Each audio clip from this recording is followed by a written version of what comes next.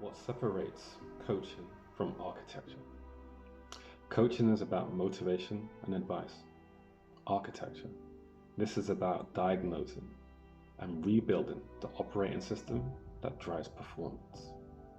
And the operating system itself is really about the field, what you broadcast every single day.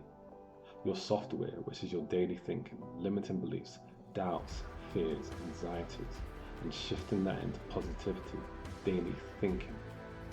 And then finally, your hardware, your daily activities, stretching, tai chi, qigong, breathwork, journaling, nervous system regulation, or what I talk about, which is the quantum resets.